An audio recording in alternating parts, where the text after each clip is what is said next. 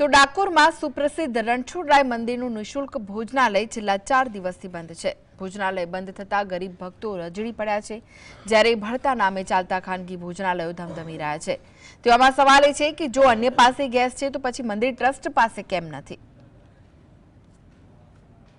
ડાકોર સ્થિત સુપ્રસિદ્ધ રણછોડરાય મંદિર સંચાલિત નિઃશુલ્ક ભોજનાલય છેલ્લા 4 દિવસથી બંધ રહેતા યાત્રિકોમાં ભારે રોષ જોવા મળી રહ્યો છે। નવરાત્રિ અને રવિવારની રજાઓના કારણે મંદિરમાં ભક્તોની ભારે ભીડ ઉમટી છે, ત્યારે જ ભોજનાલય બંધ કરાતા ગરીબ અને મધ્યમ વર્ગના શ્રદ્ધાળુઓ મુશ્કેલીમાં મુકાયા છે।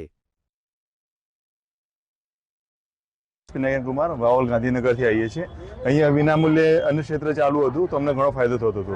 અમને શું બધા જે ગરીબ પરિવારને ઘણો ફાયદો થતો, પણ અત્યારે પરિસ્થિતિ એવી છે કે પૈસા ખર્ચીને પણ પ્રસાદ લઈ શકતા નથી આપણે। એ બહુ દુઃખની વાત છે। તો સરકારે આ બાબતે બીજો ઓપ્શન વિચારવો જોઈએ, જેમ કે સગડી છે કે ચૂલા છે કે કોલસાનો ઉપયોગ કરીને પણ ઓપ્શન ચાલુ કરીને જે લાભાર્થીઓ છે કે જે જમવા માટે ગરીબ ઘરના આવે છે એમના માટે વિનામૂલ્યે અન્ન ક્ષેત્ર ચાલુ કરવું પડે। ભાવિકોમાં ચર્ચા છે કે ગેસ સિલિન્ડરની અછતને કારણે ભોજનાલય બંધ રાખવામાં આવ્યું છે। જો કે ભક્તોમાં એવો સૂર ઉઠ્યો છે કે જ્યારે સરકાર ગેસના પૂરતા પુરવઠાના દાવા કરે છે, ત્યારે મંદિર ટ્રસ્ટ દ્વારા કરવામાં આવતા આ બહાના પાછળનું સત્ય શું છે? આ સરકારી તંત્રની નિષ્ફળતા છે કે ટ્રસ્ટની ઉદાસીનતા, તે પ્રશ્ન ઘેરો બન્યો છે। આજુબાજુથી ગામમાંથી આવે છે, એમને અહીંયા ફ્રીમાં ભોજન મળે છે, પણ અત્યારે ગેસની તકલીફના હિસાબે બંધ છે।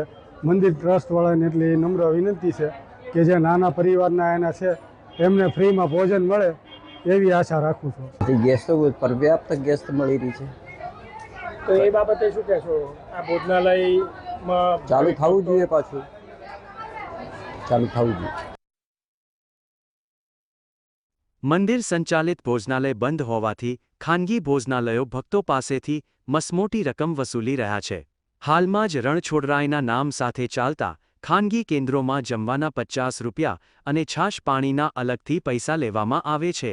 આ સ્થિતિમાં વિનામૂલ્યે ભોજન લેતા શ્રદ્ધાળુઓ આર્થિક બોજ હેઠળ દબાઈ રહ્યા છે।